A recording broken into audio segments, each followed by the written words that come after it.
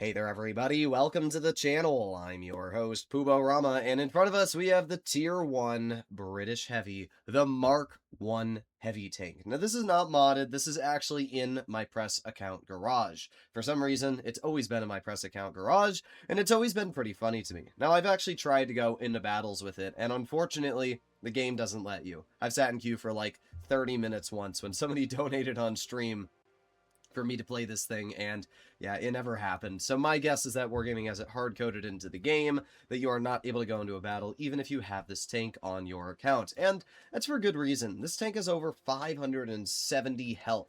If you compare that to any other low-tier vehicle, let's take the Cruiser 2, this vehicle has 320 health. So you're looking at almost double the health in the Mark 1 Heavy as you are any other Tier 1. Not only that, but the DPM of the Cruiser is 654, which actually makes it one of the highest DPM Tier 1s. The DPM of the Panzer II is 390. On the M2 Light, it's 384. You're basically looking at around 300 to 400 DPM on your average Tier 1.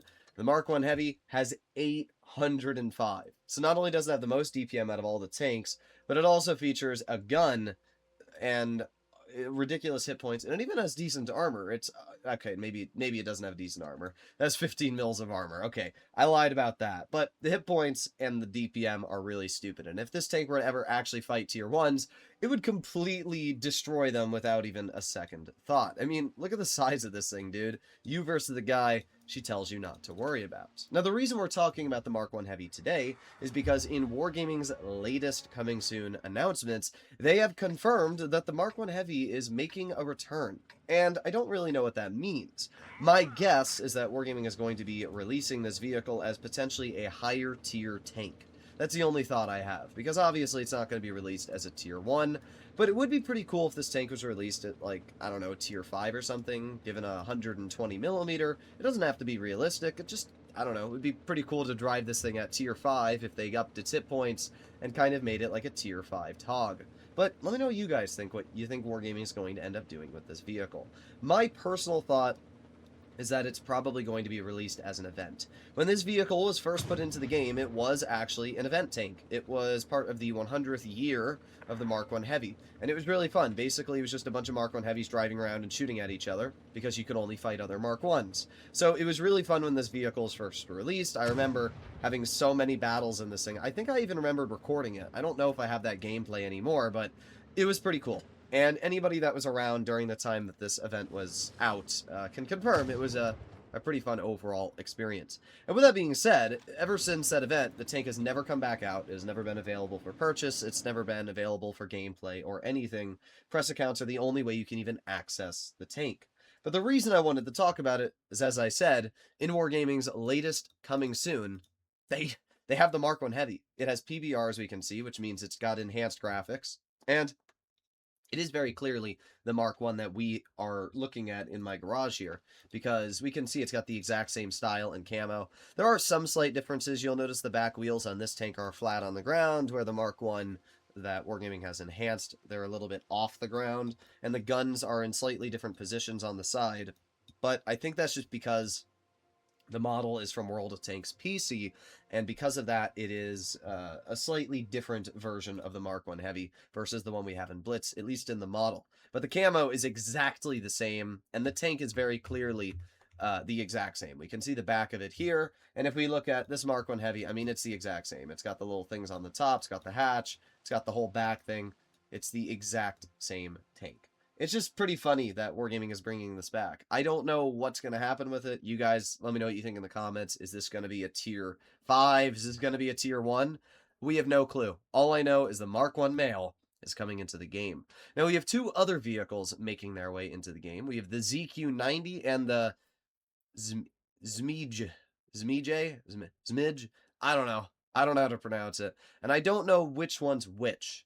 We can see there are two very different tanks here, right? This, to me, looks Czech. And the reason why is because we already have the Shrek TVP, which is in tier 8. And it's it's not a Polish, it's a Czech tank destroyer. And you can see that right here. This vehicle looks very, very similar to the design of the tank that we have here. It looks very similar to me. It has the same style color. You can obviously tell that this is a European tank all vehicles have different colors, right? British tanks are kind of like a pale color. Swedish tanks usually look like this green here.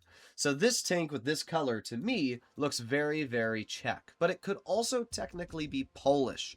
Polish tanks are also a very similar color.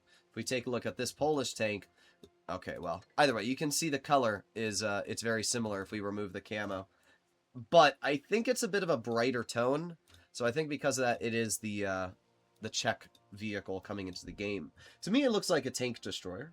It's got a very large gun, and it also doesn't have a roof, as we can see.